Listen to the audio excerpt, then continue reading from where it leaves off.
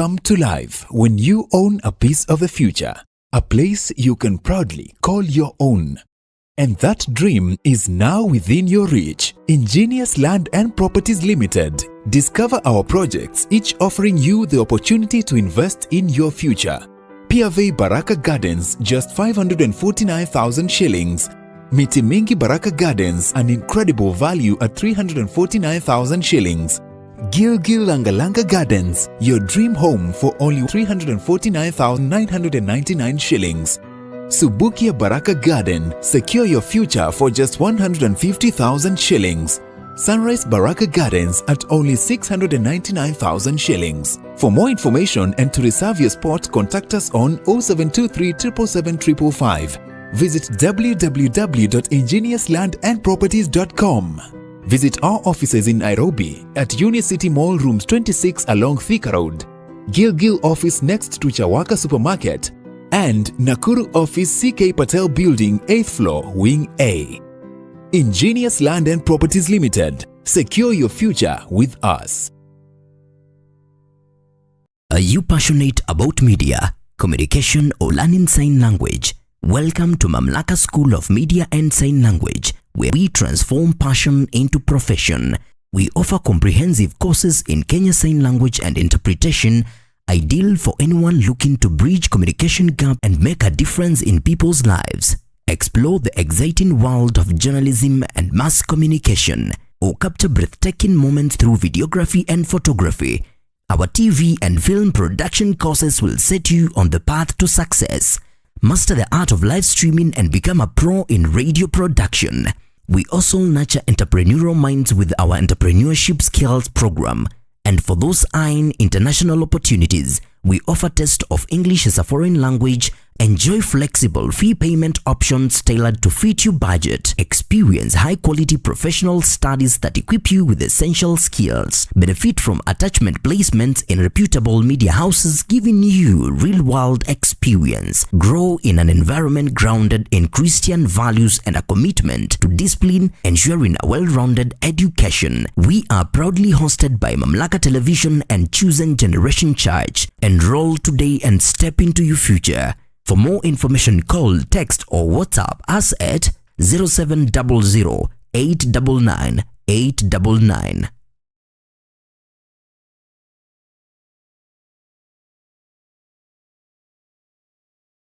Step into a world of beauty and elegance, where we bring you the latest and trendiest beauty products and equipment that cater to your every need. From luxurious skincare essentials infused with natural African ingredients to a wide array of makeup products that celebrate the diverse beauty of East Africa, we have it all.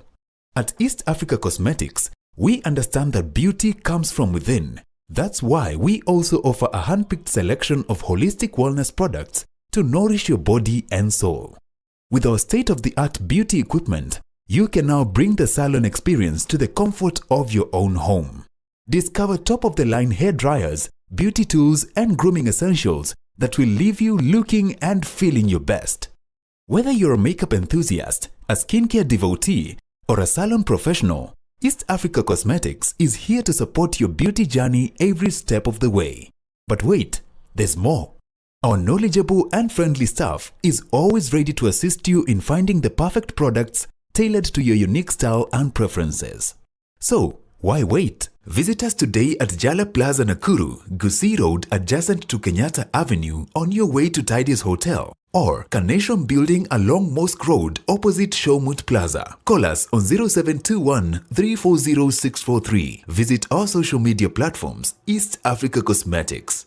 And let East Africa Cosmetics be your trusted partner in beauty and wellness. East Africa Cosmetics, where East Africa's beauty comes to life. Dreams come to life when you own a piece of the future, a place you can proudly call your own. And that dream is now within your reach. Ingenious Land and Properties Limited. Discover our projects, each offering you the opportunity to invest in your future. PFA Baraka Gardens, just 549,000 shillings. Miti Mingi Baraka Gardens, an incredible value at 349,000 shillings. Langalanga Gardens, your dream home for only 349,999 shillings. Subukia Baraka Garden, secure your future for just 150,000 shillings. Sunrise Baraka Gardens at only 699,000 shillings. For more information and to reserve your spot, contact us on 0723 777 555. Visit www.engineerslandandproperties.com. Visit our offices in Nairobi at Unicity Mall Rooms 26 along Thika Road, Gilgil office next to Chawaka Supermarket, and Nakuru office CK Patel Building 8th floor Wing A. Ingenious Land and Properties Limited. Secure your future with us. Are you passionate about media, communication or learning sign language? Welcome to Mamlaka School of Media and Sign Language, where we transform passion into profession. We offer comprehensive courses in Kenya Sign Language and Interpretation, ideal for anyone looking to bridge communication gap and make a difference in people's lives. Explore the exciting world of journalism and mass communication, or capture breathtaking moments through videography and photography. Our TV and film production courses will set you on the path to success. Master the art of live streaming and become a pro in radio production. We also nurture entrepreneurial minds with our entrepreneurship skills program.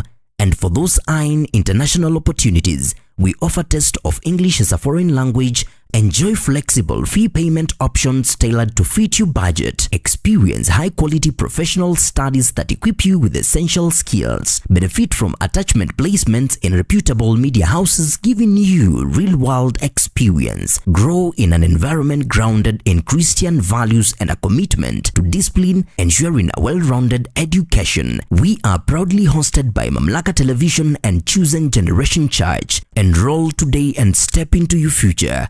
For more information, call, text or WhatsApp us at 0700 899 899.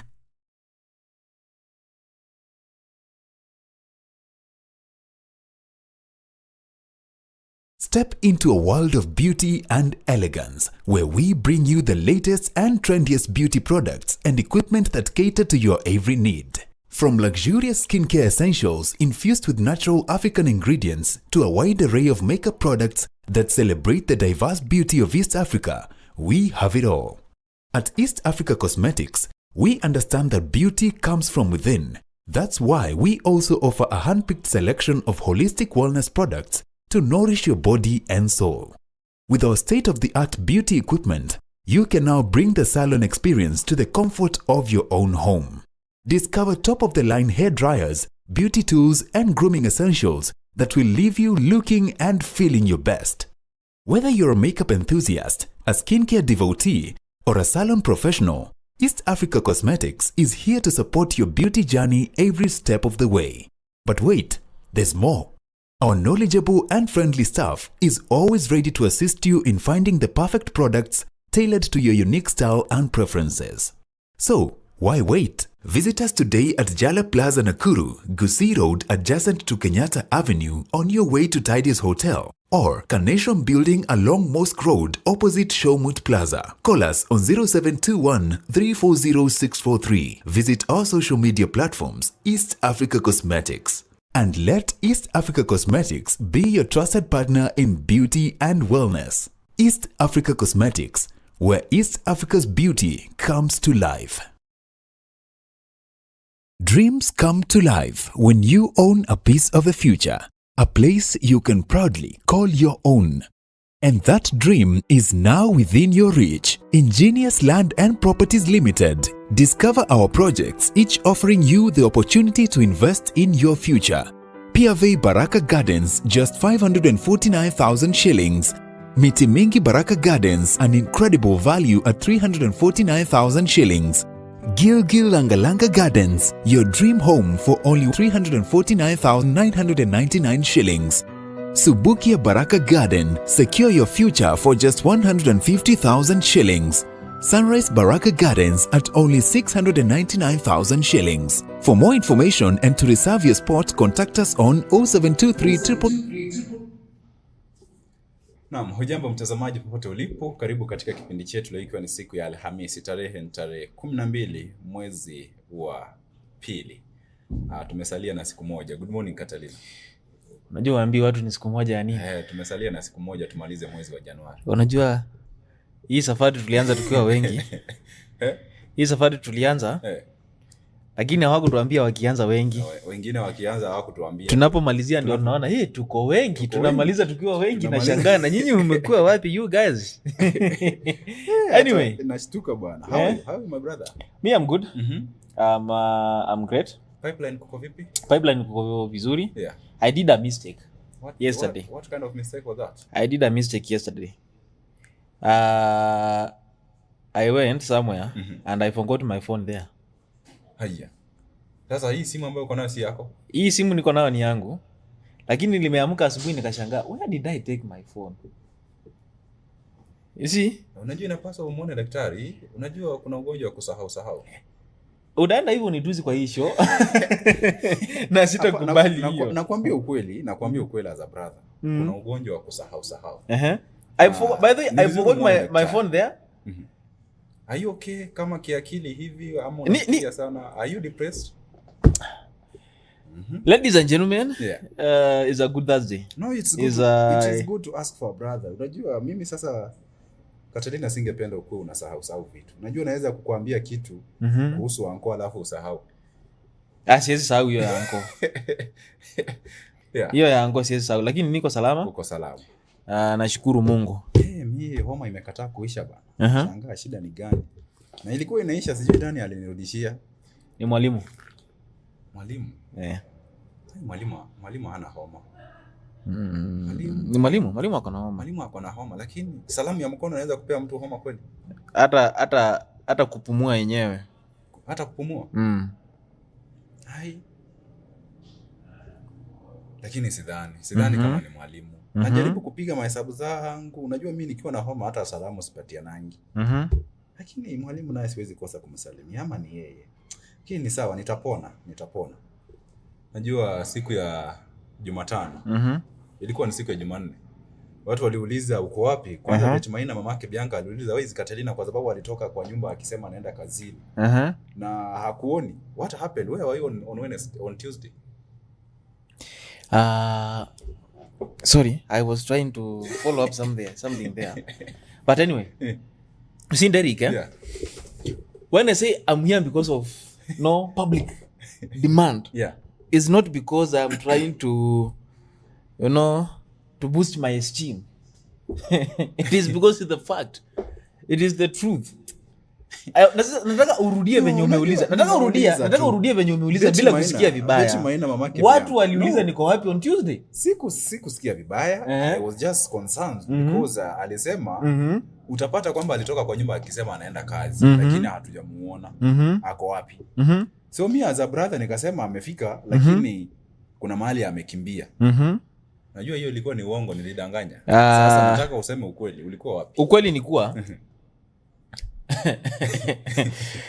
mimi ni mtu wa mambo mingi. Mimi ni mtu si mambo mingi mabaya. Ni mambo mingi na uhusiana na kazi. Hata pia mabaya pia ni mambo. Lakini sasa mimi mabaya niliachia shetani.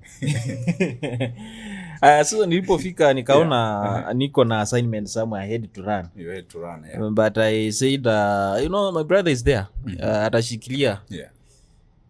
Anyway, here I am. And I'm grateful. Wow, and I'm also good. Nafurahia sana umeweza kurudi na uko salama. Leo kuna mambo ambayo tunazungumzia na siasa zimeshika moto ama zimepamba moto.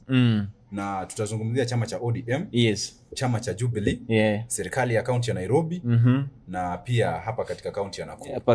Mambo ni mengi. Mambo ni mengi. Unachagua ni gani ambayo ni ya muhimu sana kwa 2026 as I told you last year.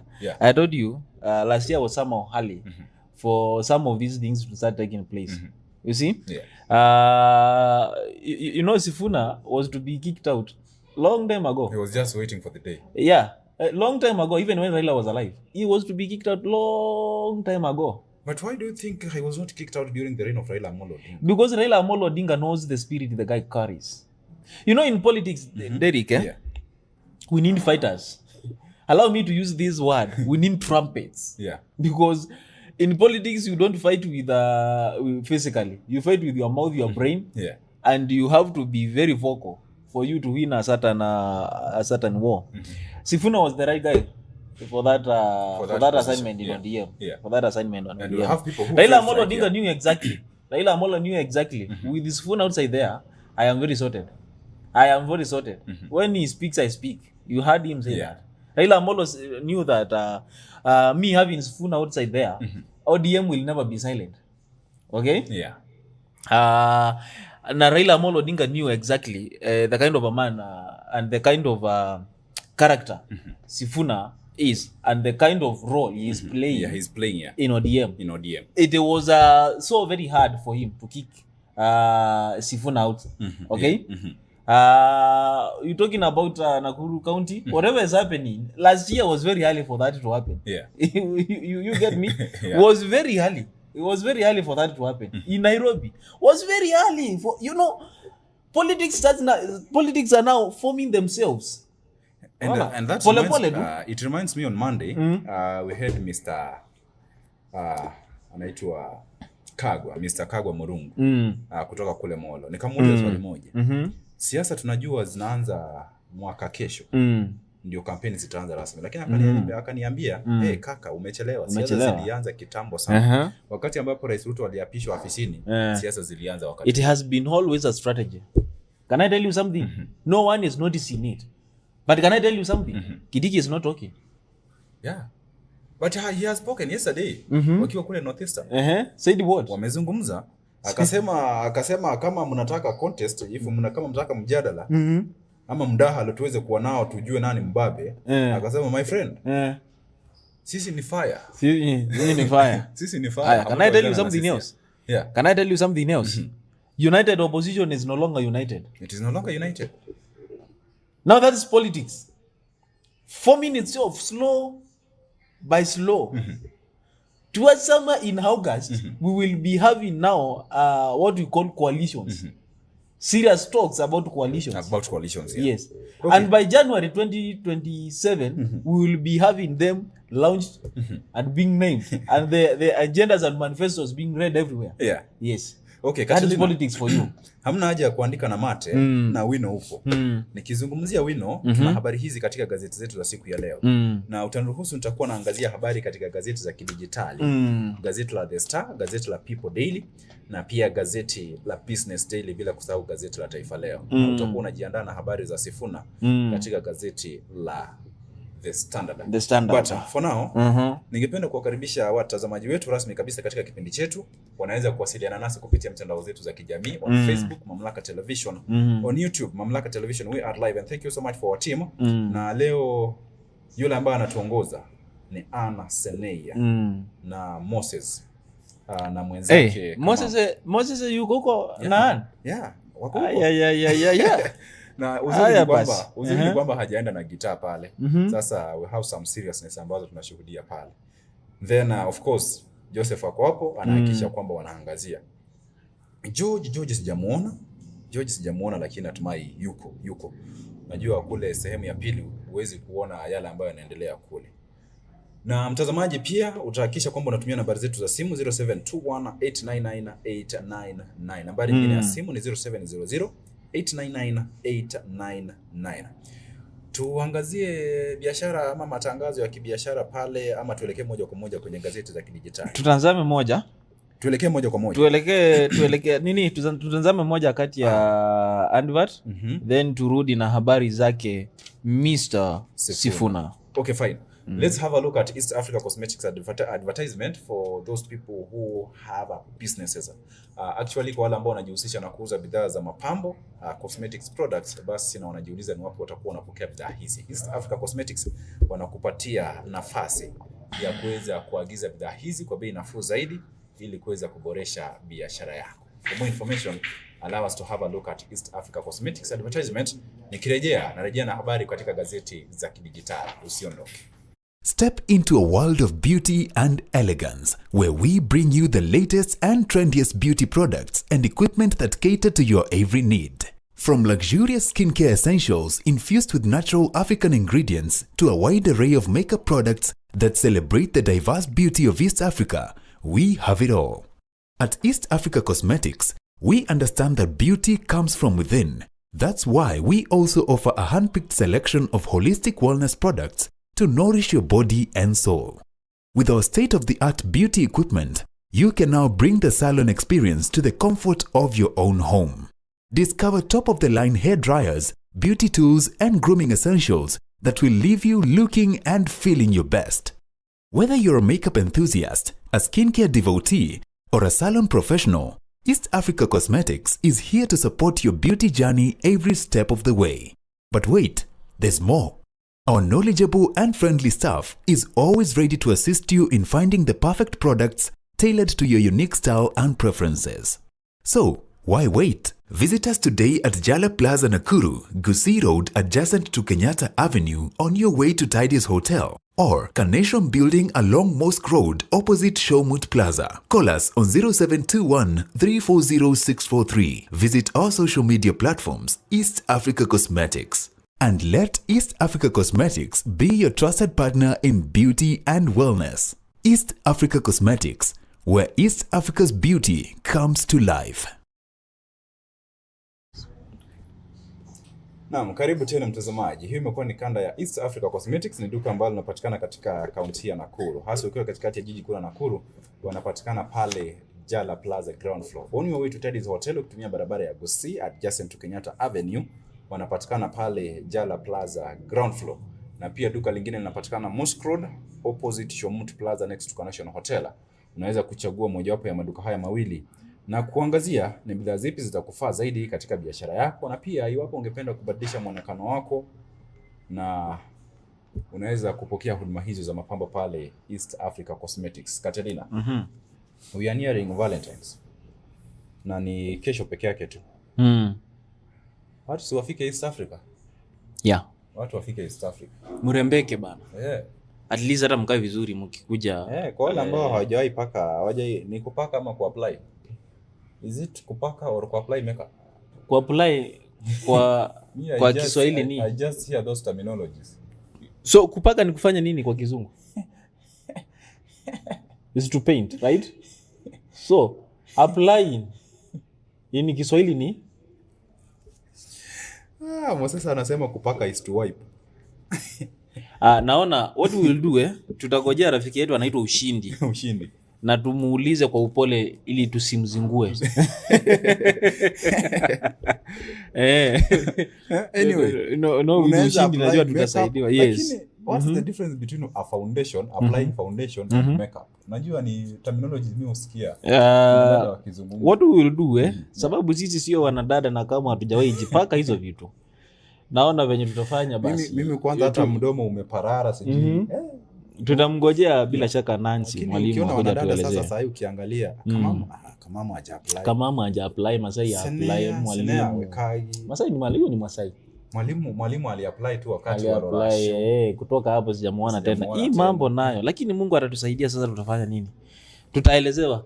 Tutaelezewa tu polepole. Tutaelezewa polepole tutajua. Ama tunafanya kazi na brothers hapa kwa ofisi. Unajua mtu kama Senei ya njuzi nilimshika akiwa anataka kupanda kwa mti. Nikamwambia hey. By the way, let me talk this. These are by the way. I have a concern. Na hawa wasichana wana support mpira. I still have a concern. Unafanya hii kitu ikae very normal. It is not normal. A lady is supporting football. Kwanza ana support Liverpool. Unasikia bwana anasema tuliwapiga jana. It is not looking good. I make sense. Bwana. Hao ndio unasikia kwa nyumba wanakuambia nisaidie na pliers. Anataka kufunga mfereji. You like mbona unanitusi?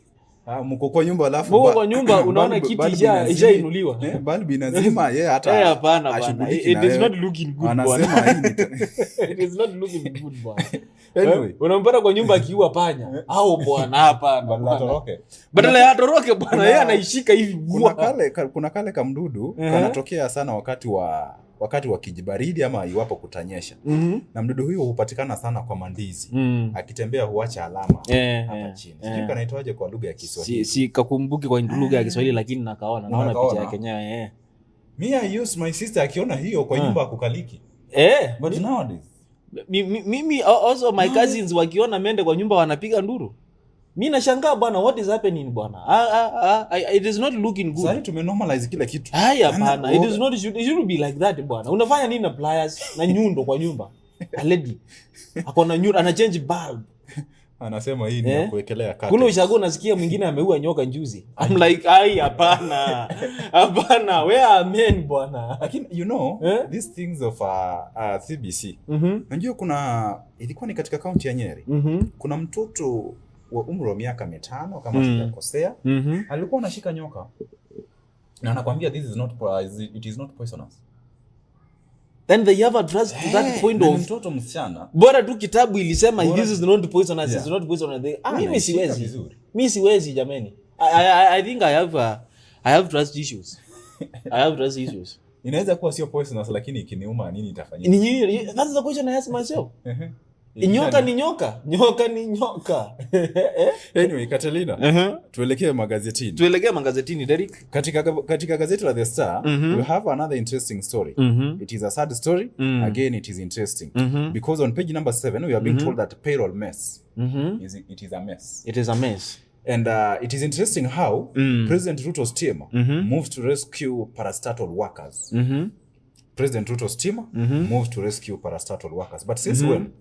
Haya matatizo ya kukosa kulipa mishahara ama mishahara kucheleweshwa ni swala ambalo tumekuwa tukilizungumzia. Na hasa ya elimu pale in the health sector. You know the basic, let me just say Derek, you know the basic ministries which we need for Kenya to survive. We have been facing these kind of challenges, and it is shameful. It is shameful if we cannot afford to pay a doctor. Okay, but we can afford 50 million to give to construct I don't know what. You know, it reminds me of an event that happened in Machakos. You know, the president pledged to give 1 million shillings for church choirs. For church choirs. Na akasema kwa hiyo uniform mweke rangi ya manjano. Ili iwe ni UDA yenyewe baba. Lakini alisema kwamba hii si siasa. Unajua kila kitu si siasa. You know, everything is not politics and it is politics. Alisema hiyo rangi ya manjano ni ya Wakamba.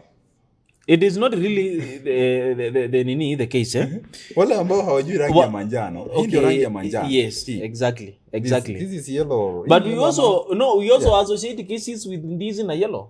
So it is not convincing enough.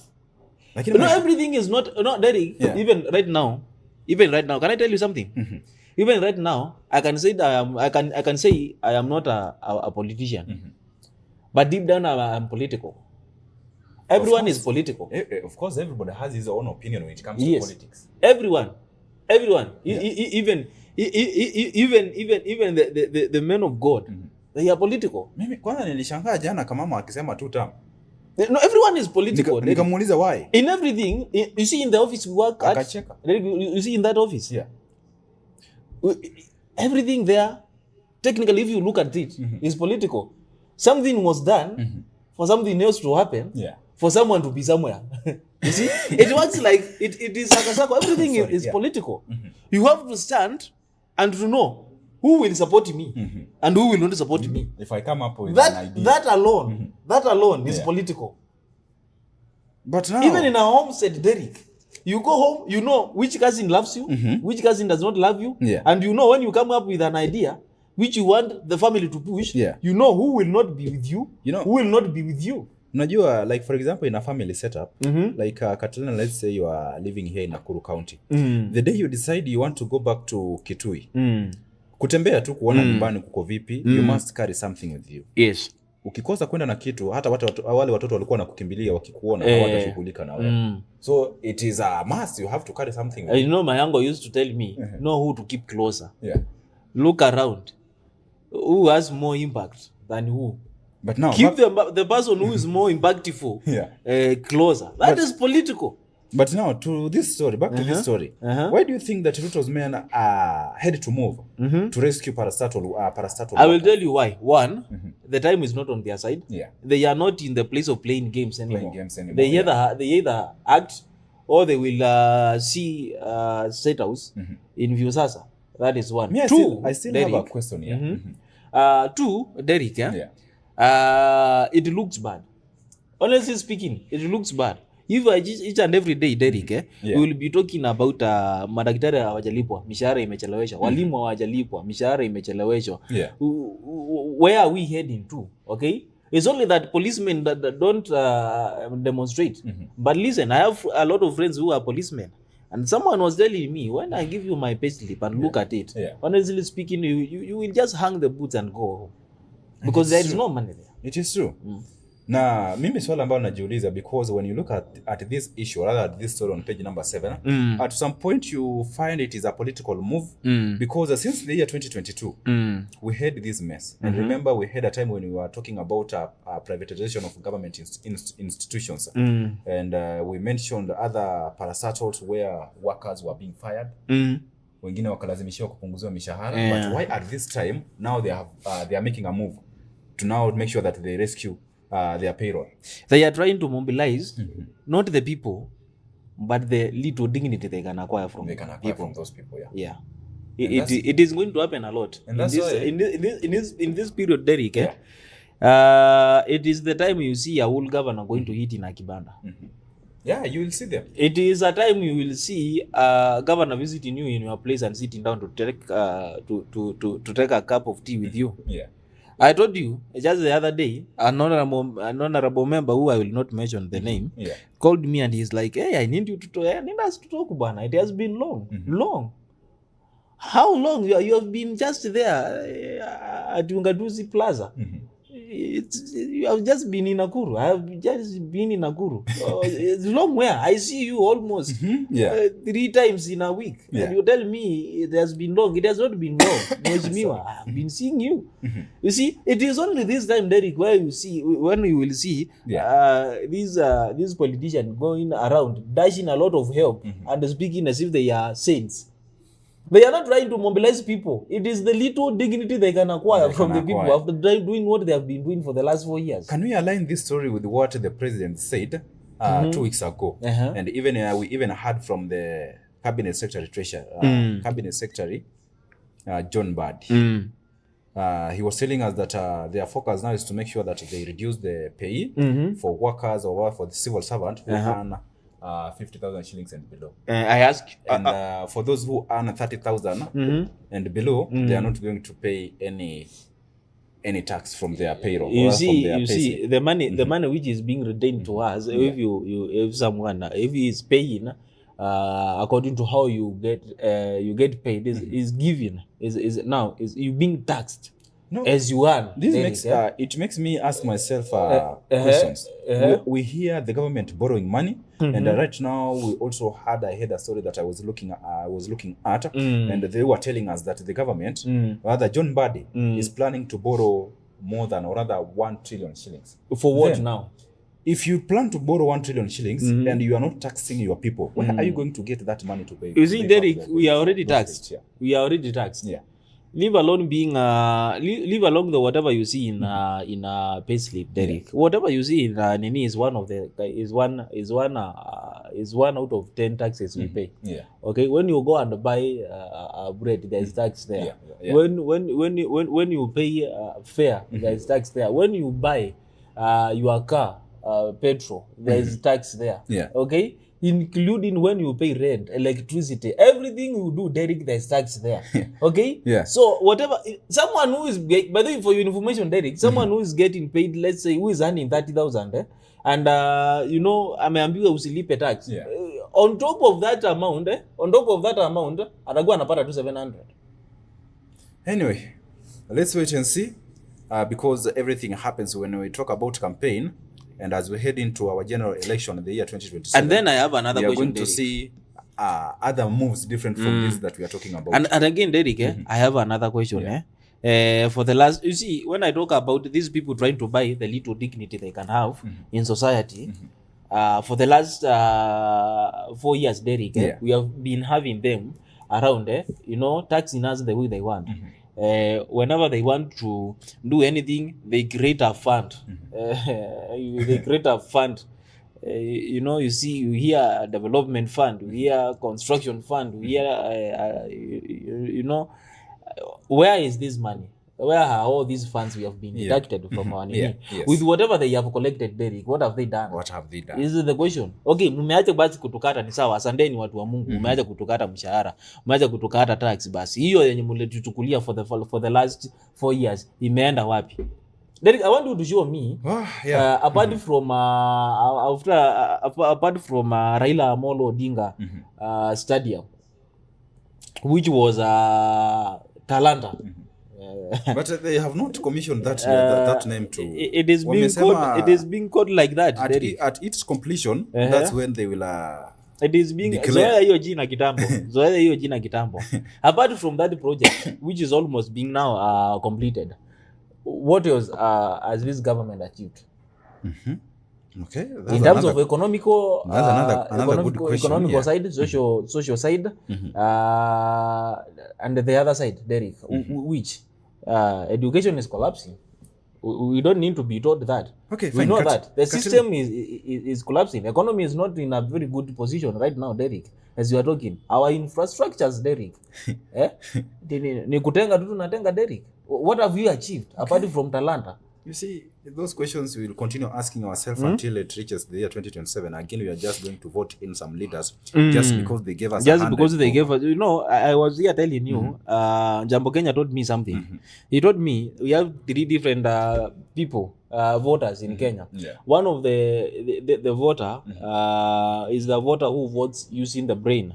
Another one is the voter who votes using the heart, that is emotion. And the third voter, which is the hugest number, he votes using the stomach, and which is the huge number. Okay, let's have the story on page number 9. But before that story on page number 9, allow me to have a look at the story on page number 11. The story is about business, treasury. Sorry, kidogo tu kasimu nako. But the story is about treasury, yes. The story is about treasury hunting for 258 billion shillings KQ investor in turnaround bid. Do you remember we had a conversation that they are looking for investors who could make sure that they bring change in the Ministry of Transport, specifically in this airline sector? Derek, now they are making a move to look for an investor.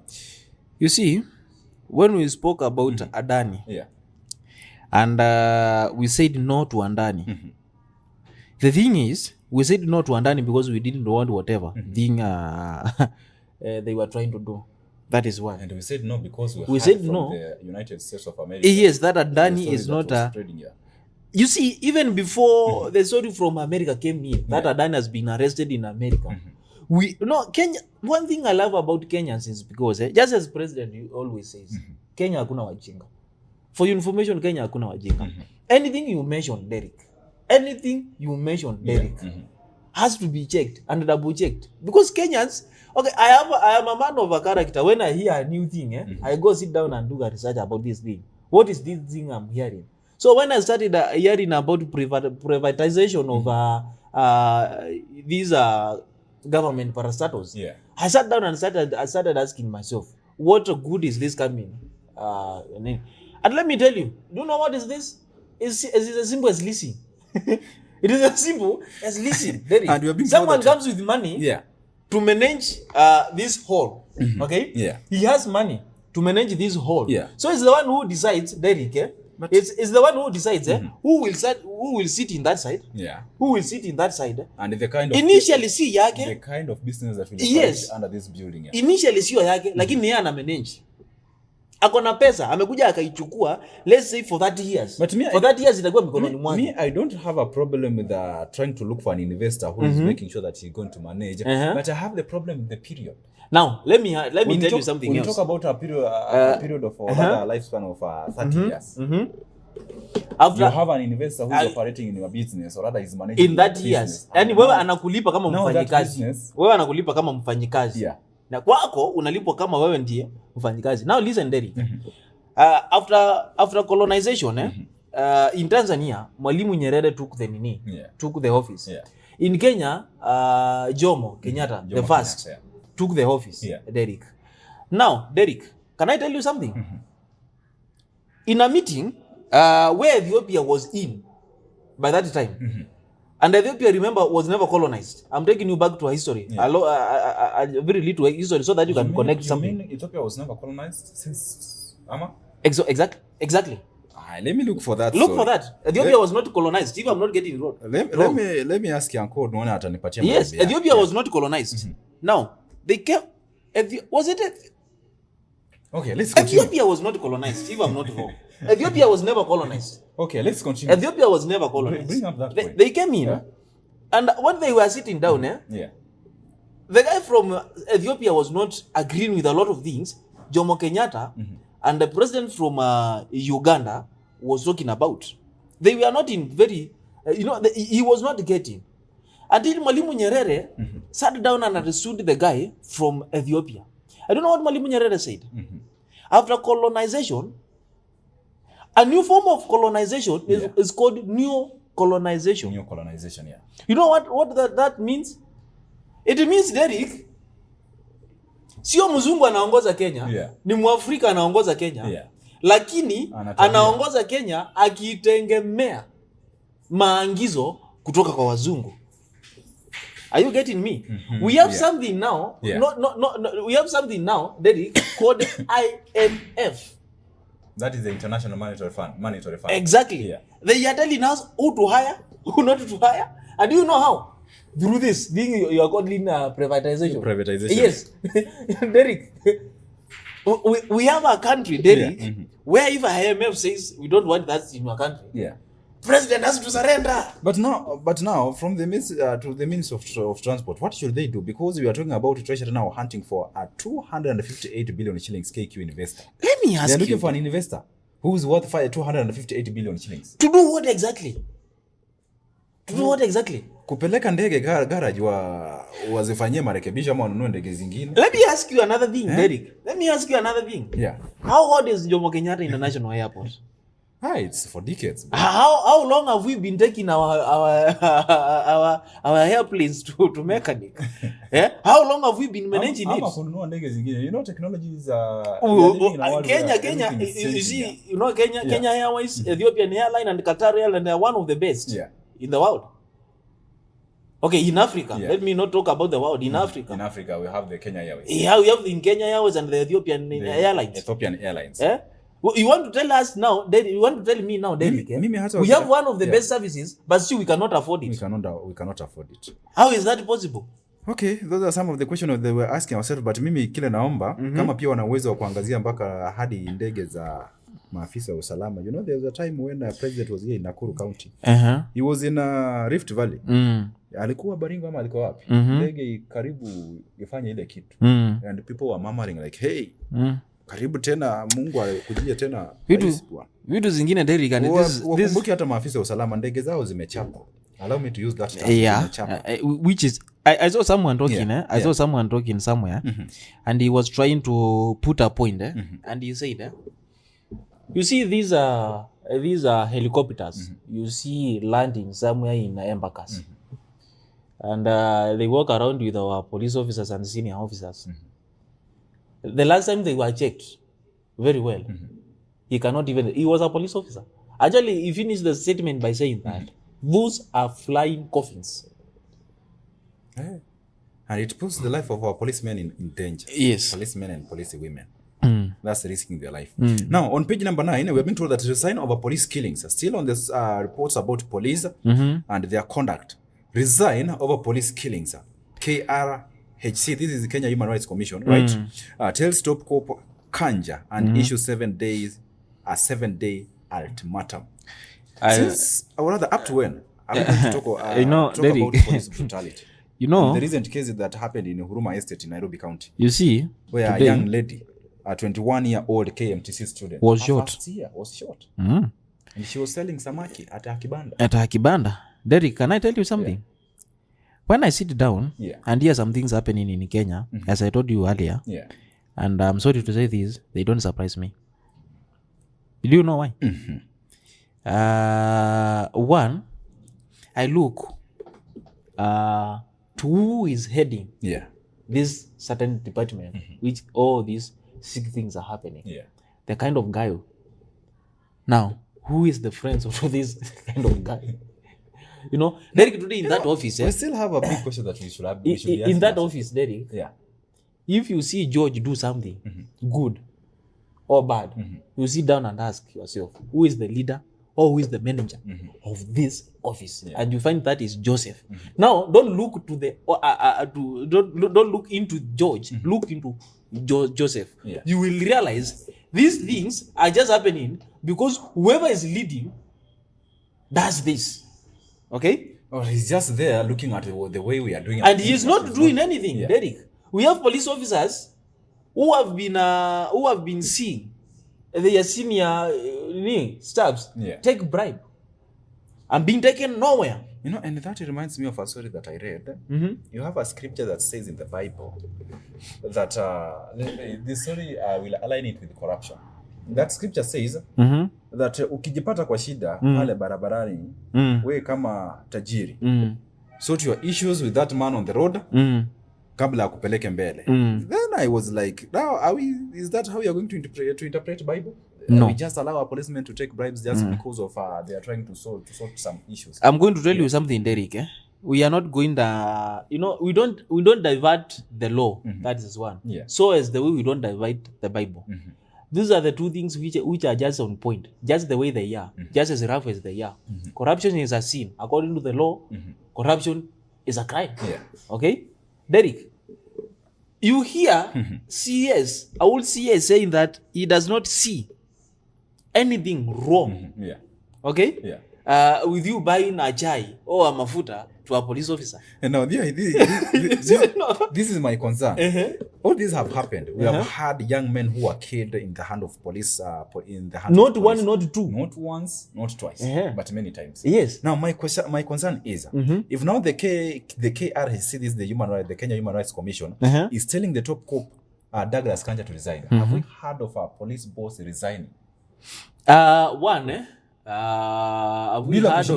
Bila kushinikizwa. Of course, we heard of Japhet Koome who resigned. We all know what happened. Listen. Alikuwa off. No, the guy resigned. The guy resigned, and he did not just resign. He did just not. He just didn't resign. Anyway, Derek, can I tell you something? Yeah. One, I would, if you ask me to do something, I would start by rubbing out the government, the government committees and the government organizations which are not working. Yeah. And how do I do this? I will start number one with IPOA. Because IPOA is an independent institution. Underline the term independent. It should not. It should not listen to anyone. It should not take order from anyone. Yeah. It should just work. Okay, you see. Now another thing is policing oversight. They have to oversight the conduct of our policemen. Exactly. What are they doing? Well, nothing. And remember, they are doing nothing, Derek. Last year I had an officer from IPOA who was telling us that he was just telling us their mandate, their role as IPOA, just to make sure that they check the conduct. You see, after he was done, in that very meeting, I was there. Do you remember? I was there in that very meeting, and after he was done, I asked myself a very simple question. Very simple question, and the question was, out of 10 things you have told us, what do you exactly do? And he could not answer. What have you done? Because now even the police does not fear IPOA anymore. Because the IPOA has no power. The IPOA is no longer independent. Whatever thing they call independent, I don't know why we have independent in this nini. But one thing that we are pretty sure of is that they operate under guidelines. That is one. Rules and regulations. And these rules say that they should be independent. Who heads it? I don't know. I will try to look for it. But again, when you talk about, I don't know what our DCI men are doing. I really don't know. Who are led by Mr. I really don't know. I really don't know. I really don't know. I see our time is running very fast, and we still have time to have a look at the Standard and the Daily Nation. Allow me just to wrap up the story on page number 2. 6 injured as yet another building collapse exposes the capital cities as safety gaps. One. Me, I thought with the story that we had that was last month. It was last month or last year. A building that collapsed in South Sea. You see what happens, Derek? Yeah. You see what happens, And I will tell you something. Yeah. You see these skyscrapers you see, all standing around the country. They don't belong to they don't belong to just a Kenyan. They belong to these high people. And when you those safety guidelines you are being given, and there is even a law. There is even a law which says in this place you should not build there. In this, why would a building number one a wall fail or fall, Derek? I will tell you why. The first thing, before we look at how the building falls down, you know, kama mimi ndio contractor ama engineer, nimekuja nikakwambia, hey boss, hapa kulingana na the state of the the land, the structure of the soil, and the whole geographical area, how it looks. Hapa haitaenda urefu wa ghorofa. Exactly. But do you know what those people do? Just because you have money. Yeah. You tell him twende kazi. Ama contractor yule ambaye umemwambia amekataa, then you look for another one. You look for another one. No, and the other one comes and gives you a very stupid very stupid solution. Again, tutaweka chuma chini. Sasa isaidia nini? Another angle is from the Ministry of Land. Exactly. Of course they have to give a statement whether you can build at that place or in that place. They are cutting all through mpaka kwa NEMA, Derek. Hizo stuff zote by the way, ushai kuwa involved na mjengo yoyote? Yeah, of course. Inakat kutoka huko juu, inakat kwa NEMA, inakuja inateremka mpaka kwa municipal council mpaka mahali huko. So someone have just diverted the whole thing. Sasa kama ananiulizia ati nimeenda mjengo wapi? Wewe kama unajua mahali tumetoka. Kama mara pia mimi nimeenda mjengo. And I remember nikiwa mjengo mama akapiga simu. Kwanza na huko kwa kelele naambia ninapita mahali wanajenga nyumba kidogo nipite kidogo. Hajui mimi ndio nilikuwa pale kwa site. No, ulikuwa site. Anyway, it is unfortunate that we are assuming some very important things. We have lost more than 100 people. So unaona hiyo nyumba imeanguka, hiyo ukuta yenye umeanguka leo. It is not a surprise to me. In the next 2 years utaona nyumba imesimama hapo. Yes. Na watu watakuwa wanakaa hapo with the promise that this house is built in a very hard place, in a very professional way. It cannot fall. Niko na swali na hili swali sijui utaliangazia vipi. Sijui kama umeona katika hii county yetu ya Nakuru kuna nyumba, kuna gorofa ya urefu tuseme gorofa 2 na kando yake kuna gorofa ya urefu wa gorofa 6 pia kando yake kuna nyumba gorofa. Sasa hapa katikati hii nyumba ya gorofa 2 inabomolewa, wanaanza kujenga upya. Why should you do that? Are you risking these other buildings? You see what it does? I was asking myself like for example Derek, I was somewhere in Barnabas, in the outskirts of Barnabas. There is a lot of constructions happening down there. A lot of constructions, by the way. For your information, Kenya has money. It's only that few people don't have money, and we sympathize with them, and God will help. Kenya has money because people are seriously building. People, by the way, are seriously building big houses. Now, Derek, you find that this is the wall of a standing building. Okay. Less than 20 meters. Less than.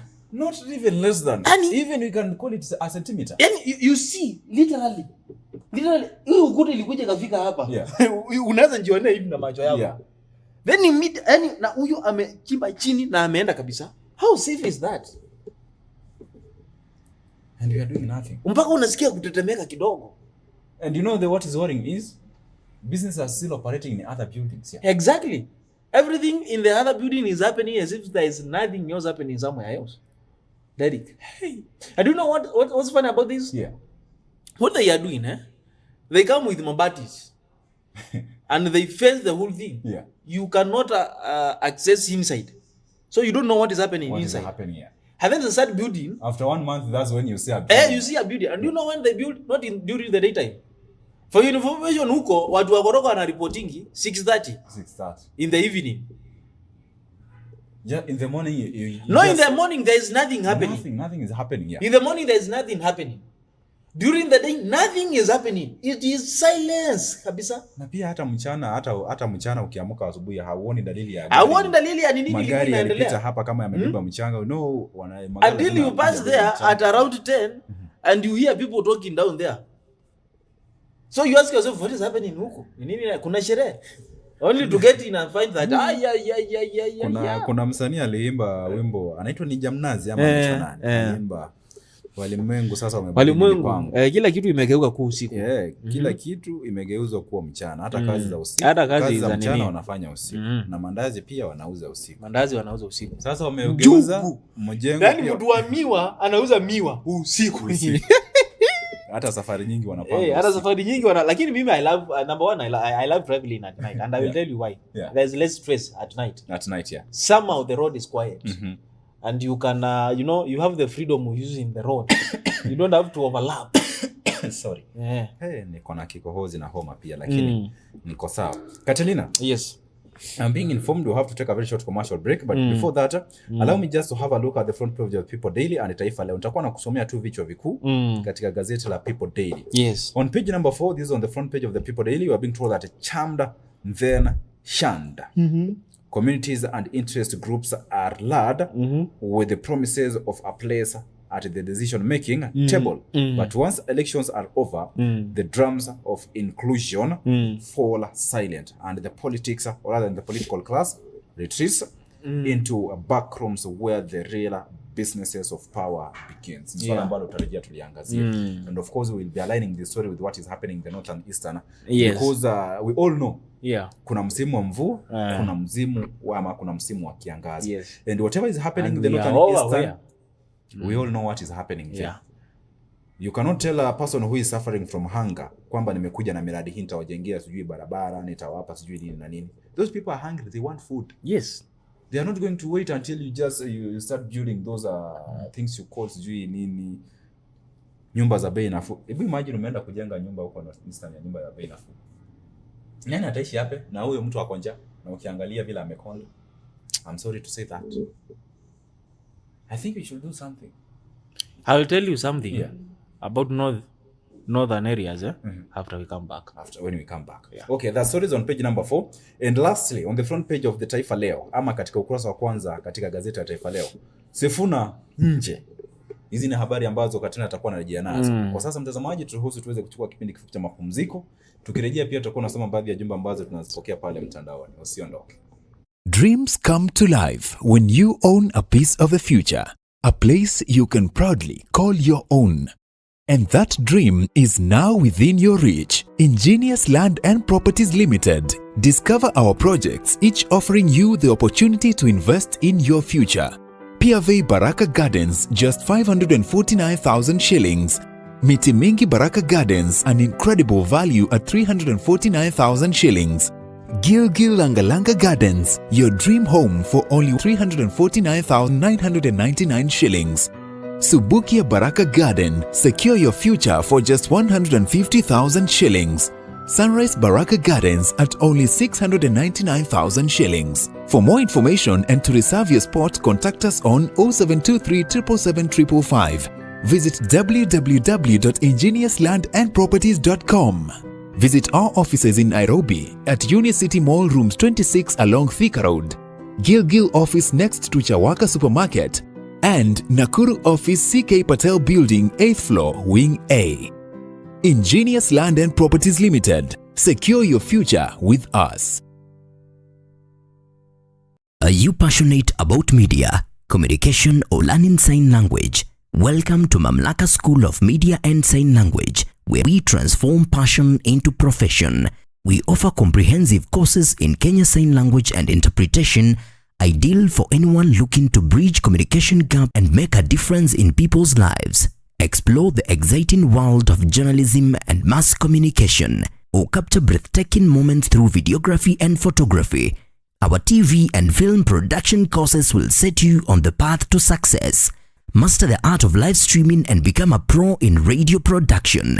We also nurture entrepreneurial minds with our entrepreneurship skills program. And for those eyeing international opportunities, we offer test of English as a foreign language Enjoy flexible fee payment options tailored to fit your budget. Experience high-quality professional studies that equip you with essential skills. Benefit from attachment placements in reputable media houses, giving you real-world experience. Grow in an environment grounded in Christian values and a commitment to discipline, ensuring a well-rounded education. We are proudly hosted by Mamlaka Television and Chosen Generation Church. Enroll today and step into your future. For more information, call, text, or WhatsApp us at 0700 899 899.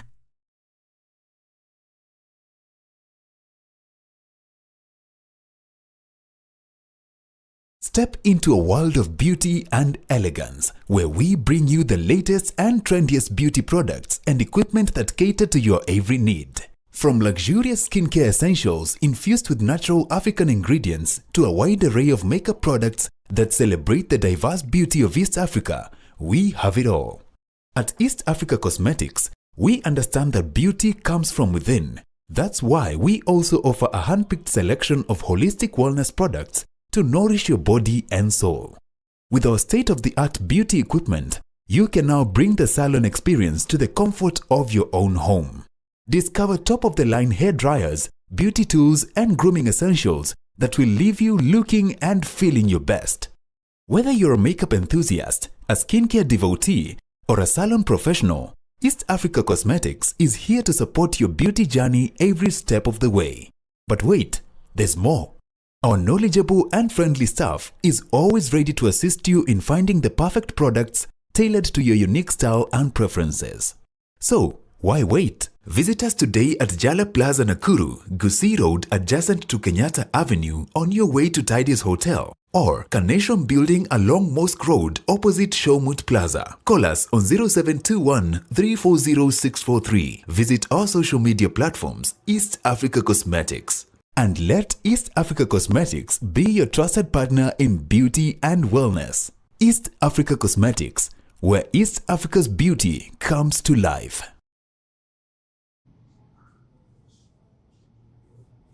Naam, karibu tena mtazamaji. Kimekuwa kipindi kifupi cha mapumziko na tumerejea tena. Iwapo ndio unafungulia runinga, this is Mamlaka Breakfast, kipindi ambacho hukujia kila siku ya wiki kuanzia Jumatatu hadi siku ya Ijumaa. Masaa ni mawili kuanzia saa 2 hadi saa 4.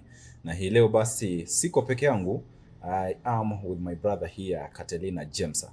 Na kuna kitu Betty Maina anasema pale mtandaoni. Na nitakuwa naelekea pale moja kwa moja niweze kukisoma. Betty Maina anasema good morning team, anasema I am tuned in, thank you so much, but this is my concern.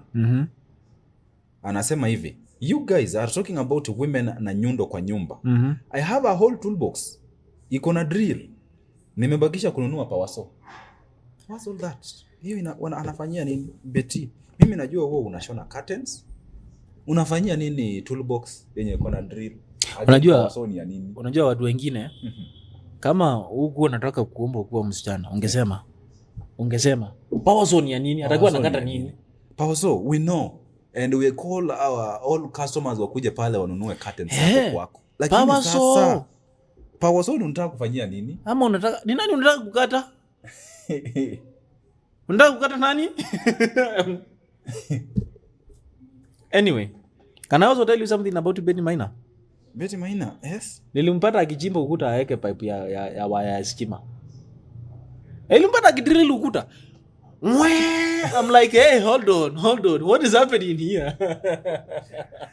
Hey, jameni. Hey, hold on. What is happening here? This is yona hivyo. But when things happen like this, Derek, I ask myself, does it mean men have failed? Or does it mean we have just reached at a point where now we can now start talking about now sharing responsibilities? Do you remember when we had a conversation that what men can do, women can do better? We had that conversation. Now it has reached a time where men have just seated and now they are watching what women can do. And you see, let me tell you something else. Let me tell you, Derek. Okay, hatukatai kama wewe ni a woman cannot do better of what I do. Can we agree on that first? Can we agree that first. Because when we start competing, and I will tell you why. When we start competing about what I do and what she does. You know. Unajua kama mama anasema yes, I support what men can do, women can do. No, like, listen, let me just be honest. Mimi naweza kutembea hii town kama nimetoa my shirt.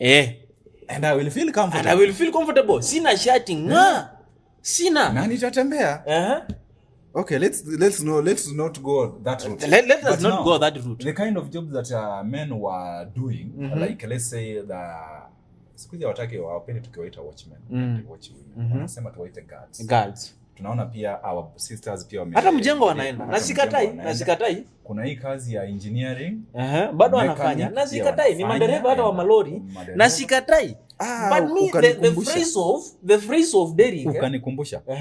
Nilitoka Nairobi. Nikitoka Nairobi nikirejea mwaka jana December. Nikirejea. You know I boarded a shuttle ambayo ilikuwa inaendesha na mwanamke. Nakwambia safari ilikuwa nzuri. She was concerned about our well-being. Uko sawa? Hiyo speed iko sawa? Then she was asking, you see, I enjoyed mpaka nikasema Derek hold on there. Safari ilikuwa jema. Usianze kusifu mama wa wenyewe hapa. Alikubeba vizuri, well and good. No, I was tempted nichukue namba yake ni muulizie. Exactly. Na ndio maana nilikuwa nakwambia unyamaze. Utaendelea kujianika. Nikitoka Nakuru nikienda Nairobi. Nikiona kama lakini nikakumbuka. Derek, there are some phrases, Derek, when we put them in place. There are some phrases, when we put them in place, we start losing the way we live. We start losing the rail. We start losing the track, Derek. When we start talking about what a man can do, a woman can do it better. We are now losing the track. You know why? Why can't you do what you do and do what I do without looking who is better than who? Why are we competing? It is the thing, Derek. It is another thing, Derek. And this is where the problem comes in. You find a working lady, Derek. You find a working lady, Derek. Well, find a working lady. Let's say she's a nurse somewhere, Derek. Let's say she's a doctor somewhere, Derek. And she comes home, and because she's a doctor, she feels also, you know what? I'm just as tired as you are. Why would I cook? But you know, why would I prepare my girl child to go to school? I'm also going to job. Wacha nikwambie, kuna kitu moja, the world is changing. And I'm not siding with anyone. Me, I feel, because we advocate for education for everybody. Yes. Najua zamani msichana hakuwa anaenda shule. Alikuwa anasema wewe kazi yako ni uketi pale nyumbani. But now because things have changed, our girls pia wameenda shule, they have their degrees, they have their masters. And by the way, they are bosses. Kwa baadhi ya makampuni, kwa baadhi ya kampuni humu nchini, they are bosses. So I don't expect, okay, as the nature of a woman, ni mtu ambaye tunaona anapenda sana jikoni. Na kama haupendi jikoni na wewe ni mwanadada, then you have a problem.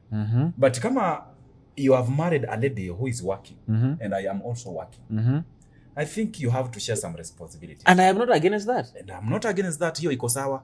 But don't force me to do things that I'm not. Exactly. Don't put a timetable there. You know what, Derek? Can I tell you something? And this is something which Wazungu did to us, and we never saw it. And we will never see it because we fail to see it and we don't want to see it. Those Wazungus came in our country and told us we need to do something called women empowerment. But then they failed in one thing.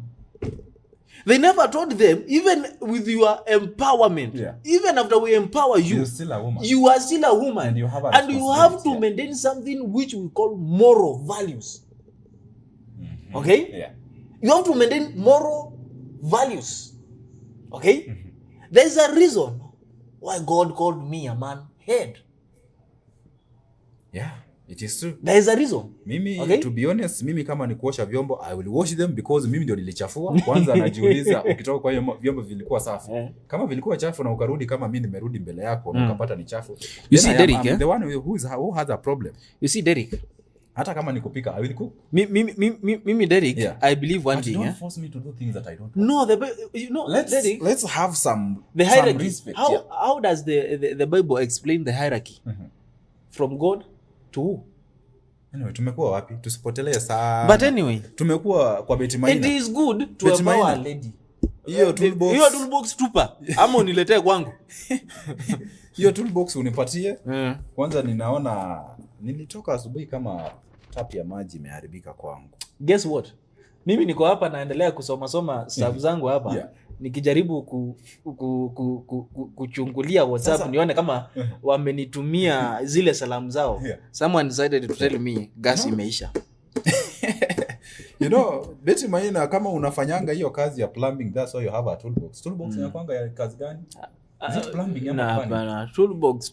Sasa hawezi shughulikia pipe ya toolbox ya Betty Maina, I have a feeling ni silaha. Because why would you be with a nyundo tatu?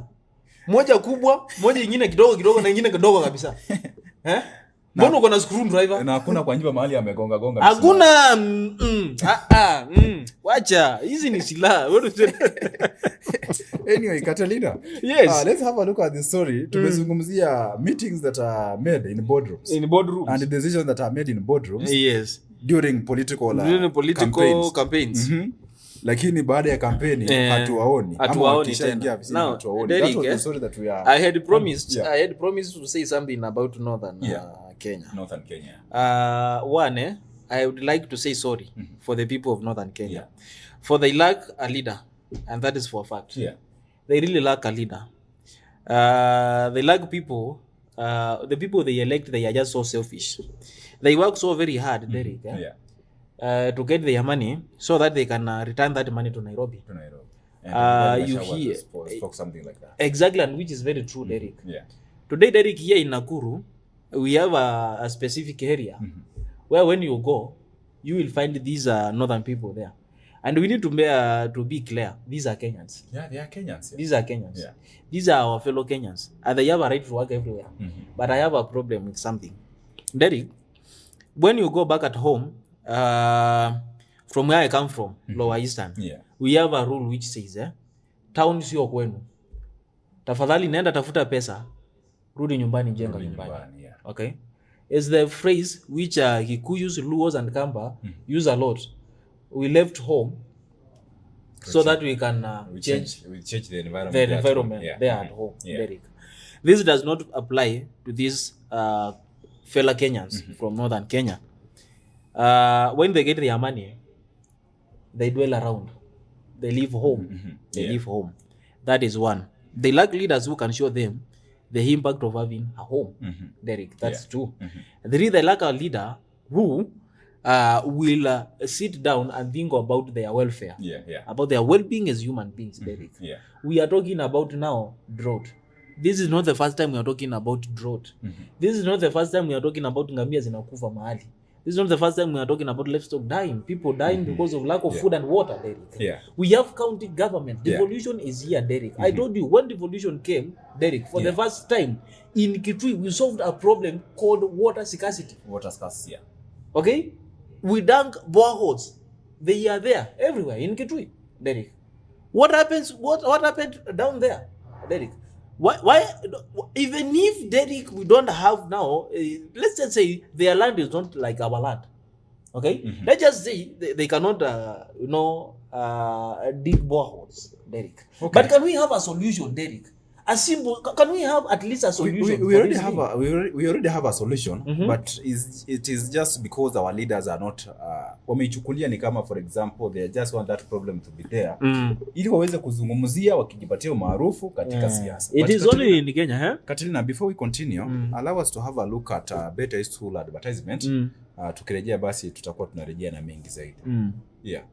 Step into a brighter future at Better Ye School. We are ready to nurture young minds from playgroup to grade 5, providing a foundation for a lifetime of learning in a serene Christian setting. Enroll in the ongoing intake. Take a step into a world of discovery and growth. Conveniently located in Barnabas along the Nakuru-Nairobi Highway, just 400 meters off Ruby's petrol station on the way to Luna Hotel. We are at the Chosen Generation Church Barnabas Sanctuary. To secure your spot, call 0790-899-899 or visit us at Chosen Generation Church Barnabas. Values and education come together to shape a better tomorrow. Better You School, bettering your future. Naam, karibu tena mtazamaji. Hiyo imekuwa ni kanda ya Better School and Catalina has just left. Sijui Betty, hebu niambie kama ni wewe umempigia simu au umemtumia message kwamba atoke. Catalina kuna mahali anakimbia, lakini atakuwa anatuelezea. Yeah, lakini kwa gumzo ambalo tumekuwa nalo utaniruhusu niweze kuzungumzia masuala tofauti katika gazeti la The Standard na pia gazeti la Daily Nation. Na asante sana kwa waelekezi wetu kwa kutuchezea kanda ya Better School. Na ningependa kueleza wazazi wote, kwa wale ambao wana watoto na wangependa kuona watoto wakipata masomo ya ubora wake, pale Better School ni shule ambayo inapatikana pale Barnabas on your way to Naivasha. Ukitumia barabara kuu ya Nakuru Nairobi, kuna maeneo yanaitwa Barnabas. Ukiwa pale barabarani opposite Ruby's Petrol Station on your way to Chosen Generation Church Barnabas, shule hiyo inapatikana pale kwa masomo ya grade ya kwanza hadi grade ya 5 ama from playgroup to grade 5. Basi utakuwa ama mtoto atakuwa anapokea masomo hayo, na walimu ambao wanapatikana pale wamesajiliwa na TSC, that is the Teacher Service Commission. Sasa mzazi haupaswi kuwa na wasiwasi. Na pia vile usalama upo wa kutosha, maeneo ya watoto kuchezea yapo na haupaswi kuwa na wasiwasi yoyote.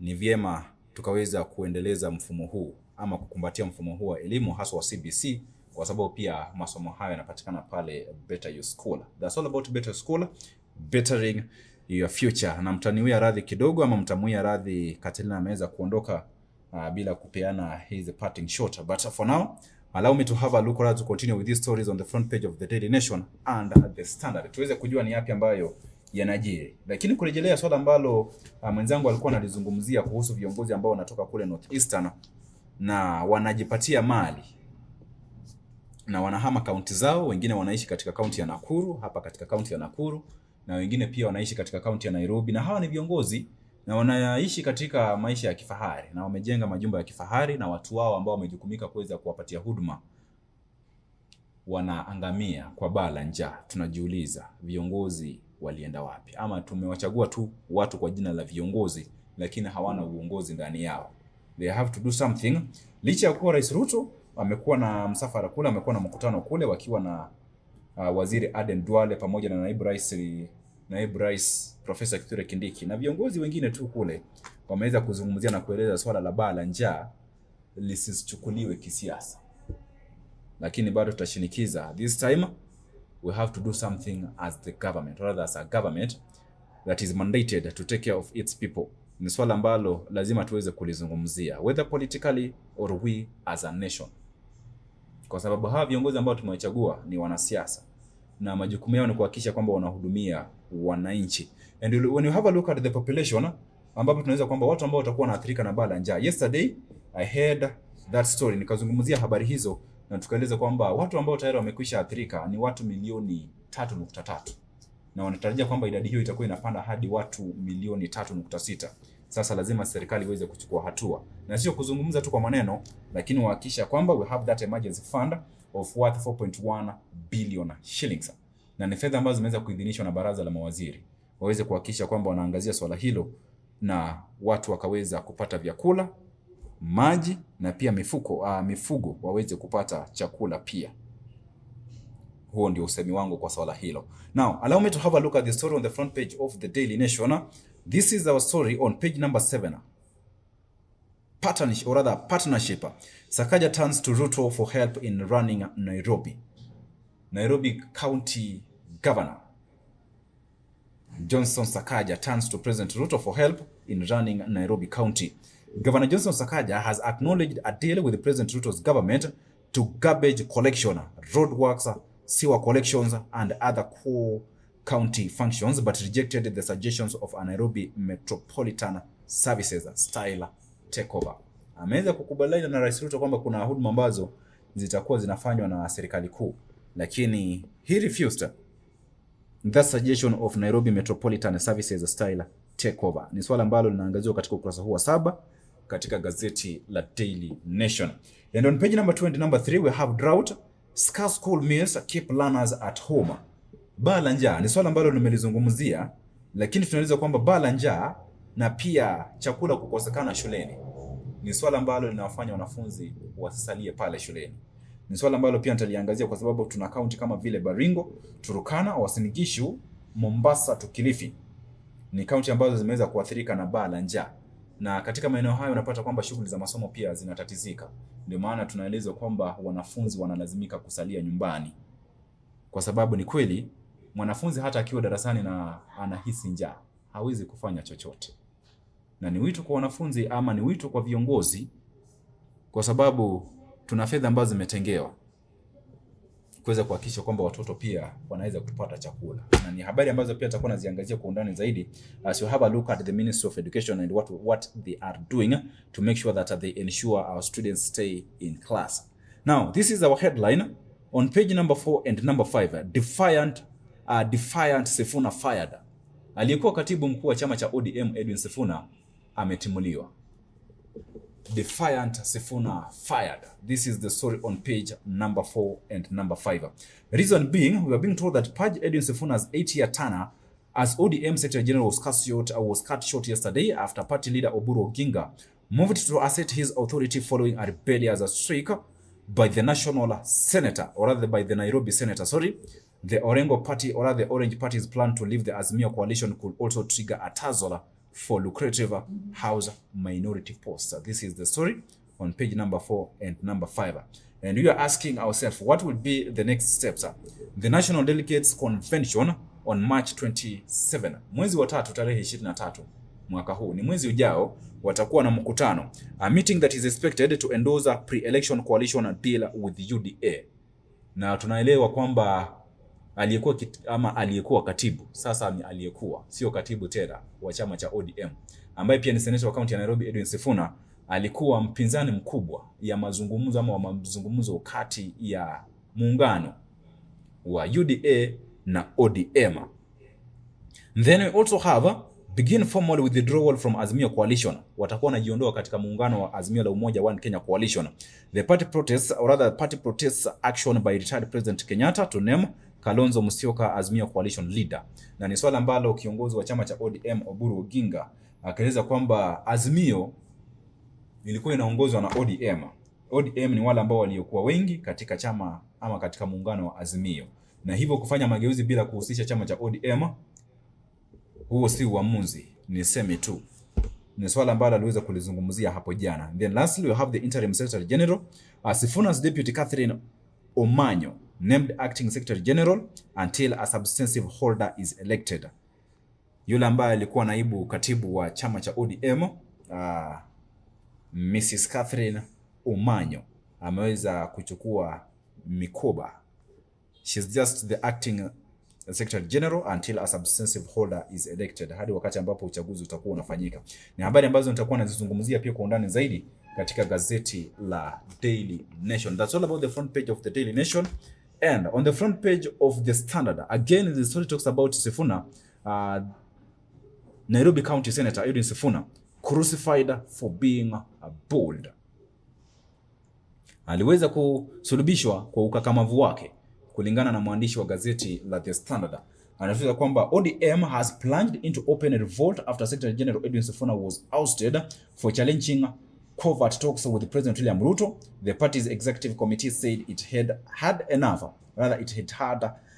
of his dissent, replacing him with the Busia women representative Catherine Omanyo on an interim basis, but the party has exposed deep fissures, with allies accusing the leadership of silencing critics and mortgaging the party's independence ahead of 2027. The decision has thrown supporters into disarray, with many saying they will consider their stand after their leaders give a way forward. Lakini pia tutakuwa naliangazia swala hili tuweze kujua, je, kwa sababu mwenzangu amezungumzia pale mwanzoni kwamba alikuwa anajua, Sifuna tayari alikuwa anajua atatimuliwa. Alikuwa anangojea tu siku itakuwa ni gani. Lakini hapo jana yakaweza kutokea. Atafanya nini Edwin Sifuna na safari yake katika siasa itakuwa vipi? Atakuwa anaunda chama chake ama atakuwa anaelekea katika chama kingine? ama atakuwa anajiunga na kina nani, ni swala ambalo tunajiuliza na tutasubiri sana tuweze kuona hatua ambazo atakuwa anazichukua. Na tarehe 15 mwezi huu itakuwa ni siku ya Jumapili ama Jumapili hii atakuwa na mkutano kule Kajiado. Hivi majuzi amekuwa na mkutano kule Busia na ametangaza kwamba atakuwa na mkutano mwingine pia katika kaunti ya Kajiado, hasa katika maeneo ya Kitengela. Tutarajie nini? Ni masuala ambayo wiki ijayo pia tutakuwa najaribu kuyaangazia kwa undani zaidi. Allow me to take a very short commercial break. Nikirejea basi narejea na habari kwa undani zaidi. Usiondoke. Dreams come to life when you own a piece of the future, a place you can proudly call your own. And that dream is now within your reach. Ingenious Land and Properties Limited. Discover our projects, each offering you the opportunity to invest in your future. FEB Baraka Gardens, just 549,000 shillings. Miti Mingi Baraka Gardens, an incredible value at 349,000 shillings. Gilgil Langalanga Gardens, your dream home for only 349,999 shillings. Subukia Baraka Garden, secure your future for just 150,000 shillings. Sunrise Baraka Gardens at only 699,000 shillings. For more information and to reserve your spot, contact us on 0723 777 555. Visit www.ingeniouslandandproperties.com. Visit our offices in Nairobi at Unicity Mall Rooms 26 along Thika Road, Gilgil office next to Chawaka Supermarket, and Nakuru office CK Patel Building 8th floor Wing A. Ingenious Land and Properties Limited. Secure your future with us. Are you passionate about media, communication or learning sign language? Welcome to Mamlaka School of Media and Sign Language, where we transform passion into profession. We offer comprehensive courses in Kenya Sign Language and Interpretation, ideal for anyone looking to bridge communication gap and make a difference in people's lives. Explore the exciting world of journalism and mass communication, or capture breathtaking moments through videography and photography. Our TV and film production courses will set you on the path to success. Master the art of live streaming and become a pro in radio production. We also nurture entrepreneurial minds with our entrepreneurship skills program. And for those eyeing international opportunities, we offer test of English as a foreign language. Enjoy flexible fee payment options tailored to fit your budget. Experience high-quality professional studies that equip you with essential skills. Benefit from attachment placements in reputable media houses, giving you real-world experience. Grow in an environment grounded in Christian values and a commitment to discipline, ensuring a well-rounded education. We are proudly hosted by Mamlaka Television and Chosen Generation Church. Enroll today and step into your future. For more information, call, text or WhatsApp us at 0700 899 899.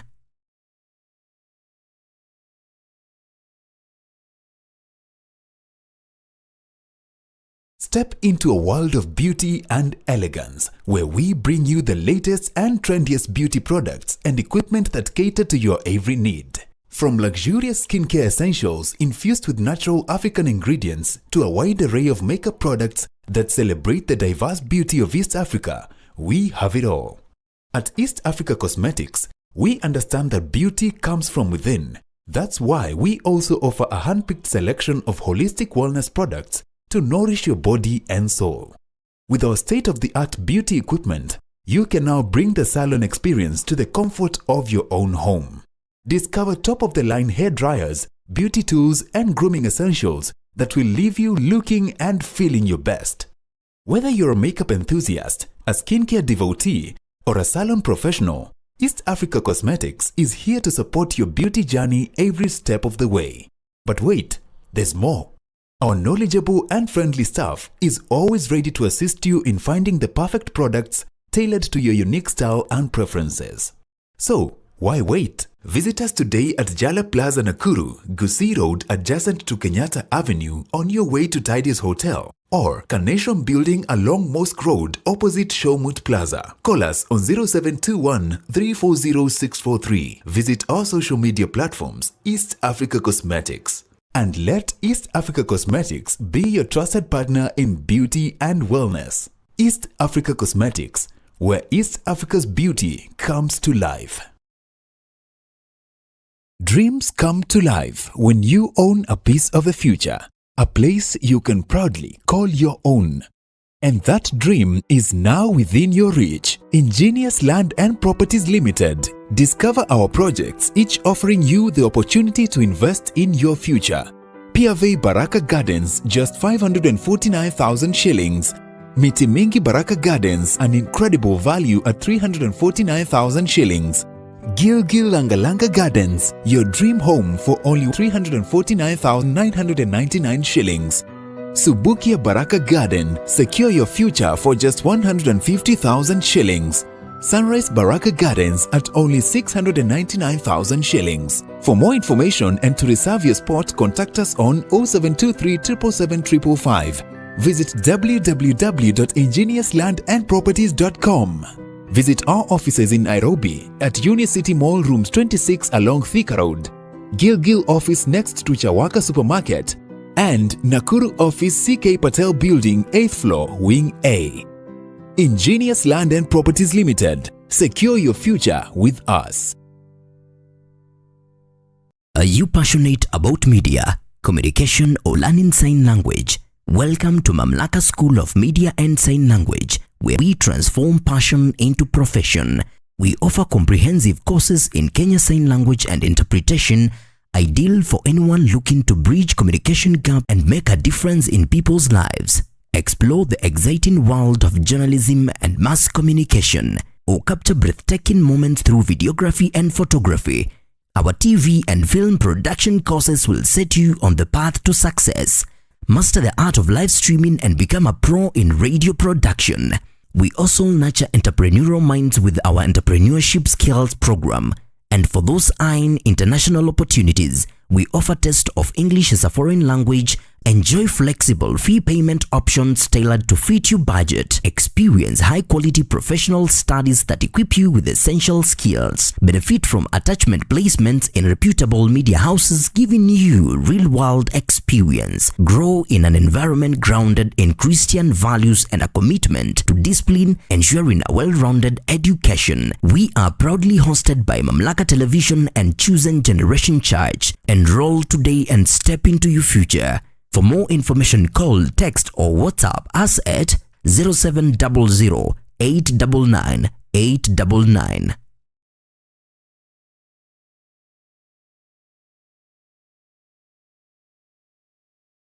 Step into a world of beauty and elegance, where we bring you the latest and trendiest beauty products and equipment that cater to your every need. From luxurious skincare essentials infused with natural African ingredients to a wide array of makeup products that celebrate the diverse beauty of East Africa, we have it all. At East Africa Cosmetics, we understand that beauty comes from within. That's why we also offer a hand-picked selection of holistic wellness products to nourish your body and soul. With our state-of-the-art beauty equipment, you can now bring the salon experience to the comfort of your own home. Discover top-of-the-line hair dryers, beauty tools, and grooming essentials that will leave you looking and feeling your best. Whether you're a makeup enthusiast, a skincare devotee, or a salon professional, East Africa Cosmetics is here to support your beauty journey every step of the way. But wait, there's more. Our knowledgeable and friendly staff is always ready to assist you in finding the perfect products tailored to your unique style and preferences. So, why wait? Visit us today at Jala Plaza Nakuru, Gusii Road adjacent to Kenyatta Avenue on your way to Tidy's Hotel, or Carnation Building along Mosque Road opposite Showmut Plaza. Call us on 0721 340 643. Visit our social media platforms, East Africa Cosmetics. And let East Africa Cosmetics be your trusted partner in beauty and wellness. East Africa Cosmetics, where East Africa's beauty comes to life. Naam, karibu tena mtazamaji. Kimekuwa kipindi kifupi cha mapumziko na nimerejea tena. Tuko katika awamu yetu ya pili na tunaendelea kuangazia matukio kwa undani zaidi katika gazeti zetu za siku ya leo, na pia vile vile tutakuwa naangazia habari za kimataifa na pia niangazie hisia za wananchi tuweze kujua wana yapi ya kusema kufuatia uongozi humu nchini. Utaniruhusu nianze na habari katika ukurasa wa pili na wa tatu katika gazeti la Daily Nation katika sekta ya elimu. We are being told that empty plates, empty desks struggle to keep learners in school as meals dwindle. This is the story on page number 2. Sahani ambayo haina kitu na pia dawati ambalo halina mwanafunzi. Empty plates, empty desks struggle to keep learners in school as meals dwindle. This is the story on page number 2, and the story goes up to page number 3 of the Daily Nation. We are being told that from Baringo, Turkana and Uasin Gishu to Mombasa and Kilifi counties, which have been hit by drought, a bowl of githeri or porridge is the ultimate incentive for school enrollment. This is the story on page number 2. And it's so sad because it is hard for parents, or rather for school heads, to keep our kids in schools, and also for parents to send their kids to school because of this tragedy called drought. From Baringo to Turkana and Uasin Gishu to Mombasa and Kilifi counties, which have been hit by drought, a bowl of githeri or porridge is the ultimate incentive for school enrollment. We are being told that from Kapedo to Alema in Baringo County, learners walk a long distances to school under the soaring sun, not out of thirst, or rather not out of a thirst for knowledge, but for the guaranteed meal. The government-run school feeding program serves two purposes: providing nutrition for learners and retaining counties to ravage many parts of the country. Hunger is preventing children in arid and conflict-prone areas of Turkana and Baringo counties for attending schools. This is one of the reasons why children in these counties are not going to school. We have the most affected areas, or rather the most affected counties. We have Baringo and Turkana. Like for example, this area is prone to conflict such as banditry and hunger. Ni swala ambalo linaangaziwa katika ukurasa huu wa pili. The school feeding program, which was once a lifeline for pupils, is fluttering, and as a result, attendance of school, or the attendance is dwindling at Kapedo Girls Primary School, located on the volatile border between Turkana and Baringo counties. The school kitchen has been inactive since school reopened. Kutoka tarehe 6 mwezi wa Januari, wakati ambapo shule zilikuwa zinafunguliwa, hadi sasa jikoni haijakuwa ikifanya kazi. Hawapiki uji kwa wanafunzi, na pia hamna githeri kwa hawa wanafunzi. Na unapata wanafunzi wanasafiri kilomita, ama wanatembea kilomita zaidi ya 5 kuweza kufika shuleni, angalau tu waweze kupata lishe na masomo pia. We are being told that classrooms that previously hosted at least 20 pupils now average just 5. Kwa darasa ambalo lilikuwa na wanafunzi 20, kwa sasa wanafunzi ambao wanapatikana pale ni wanafunzi 5 pekee, kulingana na mwandishi wa habari katika gazeti la Daily Nation katika ukurasa huu wa pili. Tunaweza kwamba it has become normal for pupils to wake up and stay home because their parents have confirmed that there is no food. The head teacher, James Lukwam, told the Nation. Allow me to repeat this story. We are being told that it has become normal for pupils to wake up and stay at home because their parents have confirmed that there is no food. The head teacher, James Lukwam, told the Nation. Parents here are victims of banditry attacks and don't have a reliable source of income. They rely on the school meal as their only decent meal of the day, he said. Unapata kwamba wakati mwingine tumeweza kupokea visa kwamba kuna wanafunzi ambao wakipewa chakula, they have their lunch box, wanaweka katika mkebe, wanakula kidogo, lakini pia wanaelekea nyumbani na chakula kingine. Unajua mwanafunzi pia anajua hali nyumbani vile ilivyo, na anajua kuna ndugu, kuna dada nyumbani ambaye pia huenda basi hajapata kitu. Sasa unapata kwamba chakula hicho ambacho anapewa, she has to share. She has to share with other siblings. Na ni swala ambalo lilikuwa ni nzuri, lakini pia kwa wakati mwingine unapata kwamba inaelezea vile tunaishi katika uchochole. Baadhi ya familia zinaishi katika uchochole humu nchini. Lakini kwa sasa kwa kuweza kuondoa mradi huu shuleni, basi wanafunzi hawaji tena shule ama hawafiki tena shuleni. Ni swala ambalo lazima liweze kuangaziwa kwa undani zaidi. waweze kupata tatizo ama waweze kupata suluhu kwa tatizo ambayo ama matatizo ambayo yanashuhudiwa katika sekta ya elimu, hasa katika kaunti ambazo zimeathirika kwa baa la njaa na pia visa vya wizi wa mifugo, banditry attacks. And according to Henry Lubanga, County Director of Education in Turkana County, he's telling that we are experiencing a worsening drought where many families are facing starvation. Food that schools provide is often the main meal for children, especially in remote areas. Swala ambalo nimeweza kulizungumzia pale.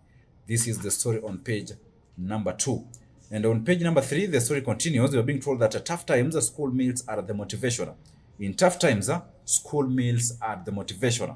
Students enrolled at Jila Primary School, like for example, in Jila Primary School and Junior School in Ganze, we have a total of 910 students whom depend, or rather of all whom depend on the school feeding program, according to the head teacher, Samson Kahindi. Samahani mtazamaji, ni habari ambazo zinapatikana katika ukurasa huu wa 3 katika gazeti la Daily Nation. And still on the same page, on page number 3, we have another story about how 7 bills approved by cabinet will transform the education sector. Kuna baadhi ya miswada 7 ambayo imeweza kuidhinishwa na katibu wa elimu, Education Cabinet Secretary, ama waziri wa elimu. Samahani, sio katibu, ni waziri wa elimu. Some parastatals will be merged among the major changes proposed. Kuna baadhi ya kampuni ambazo zitakuwa zina Step into a world of beauty and elegance, where we bring you the latest and trendiest beauty products and equipment that cater to your every need. From luxurious skincare essentials infused with natural African ingredients to a wide array of makeup products that celebrate the diverse beauty of East Africa, we have it all. At East Africa Cosmetics, we understand that beauty comes from within. That's why we also offer a hand-picked selection of holistic wellness products to nourish your body and soul. With our state-of-the-art beauty equipment, you can now bring the salon experience to the comfort of your own home. Discover top-of-the-line hair dryers, beauty tools, and grooming essentials that will leave you looking and feeling your best. Whether you're a makeup enthusiast, a skincare devotee, or a salon professional, East Africa Cosmetics is here to support your beauty journey every step of the way. But wait, there's more. Our knowledgeable and friendly staff is always ready to assist you in finding the perfect products tailored to your unique style and preferences. So, why wait? Visit us today at Jala Plaza Nakuru, Gusii Road adjacent to Kenyatta Avenue on your way to Tidy's Hotel, or Carnation Building along Mosque Road opposite Showmut Plaza. Call us on 0721 340 643. Visit our social media platforms, East Africa Cosmetics. And let East Africa Cosmetics be your trusted partner in beauty and wellness. East Africa Cosmetics, where East Africa's beauty comes to life. Samahani mtazamaji kwa tatizo hilo ambalo limeweza kutokea, lakini shukran kwa mwenzangu George kwa kuhakikisha kwamba anashughulikia tatizo hilo, na bila shaka tumerejea tena hewani. Tuko live on Facebook, on YouTube, na pia kupitia njia ya runinga Mamlaka Television. Allow me to continue with this story on page number 3 katika gazeti la Daily Nation. How 7 bills approved by cabinet will transform the education sector. Some parastatals will be merged among other major changes proposed. The government has officially set in motion a radical transformation of education sector by approving 7 bills, including merging of key parastatals and a fundamental shift in the placement, funding, and assessment of university and TVET students. This follows the cabinet's adoption of the Presidential Working Party on Education Reforms. This is the PWPER recommendations in the year 2023. That was the year 2023. Although the bills were drafted in the year 2024, they had not yet been approved by the cabinet for presentation to Parliament. The objective of the legislative changes is to eliminate a long-standing duplication of roles, administrative overlaps, and systemic inefficiencies that have plagued the Ministry of Education for years. At the tertiary level, At the tertiary level, the Treasury or the Tertiary Education Placement and Funding Bill 2024 is the cornerstone of the reconstruction, or rather the restructuring. The bill proposes consolidating the Higher Education Loans Board. This is HELB, the University Fund, that is the UFA, and the TVET Funding Board, and the Kenya Universities and College Central Placement Service, that is KUSIPSA, into a single entity, the Treasury Education Funding Authority. Waweze kuunganisha hizi idara zote kuwa kitu kimoja. Like for example, they are talking about HELB, that is the Higher Education Loans Board. Then you also have the UFA, the University Fund, the TVET Funding Board, and Key University, and the Kenya Universities and College Central Placement Service. This is KUSIPSA, to be merged into one institution. Currently, the three agencies operated independently. Geoffrey Monari is the Chief Executive Officer of HELB, while Dr. Agnes Wecome is the outgoing Chief Executive Officer of KUSIPSA. Dr. Edwin Wanyonyi is the head of UFA, University Fund. The proposed body is designed to streamline the students' journey by managing placements, loans, scholarships, and career guidance under one roof. For years, students have had to navigate a bureaucratic maze and deal with the multiple government offices for a single university administration. The state believes that this one-stop shop will facilitate a smooth transition from secondary to higher education. This merging of these parastatals, do you feel it will bring a change in the Ministry of Education?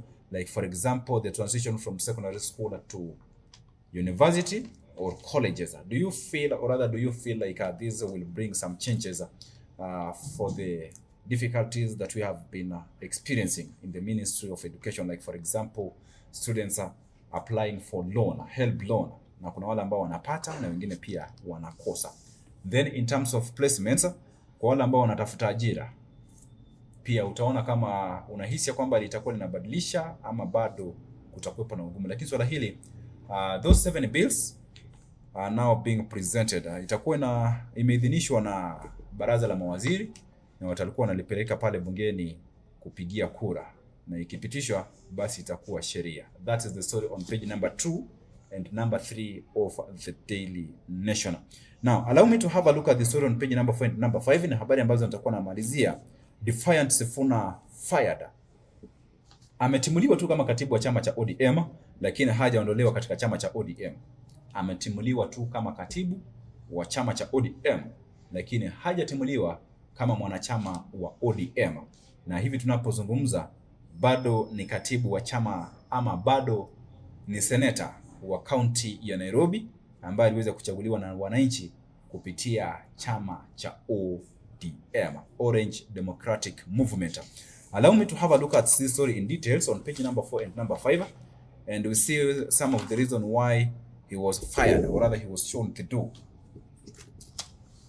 ODM kicks out Sifuna, targets Uhuru and Kalonzo allies in house purge.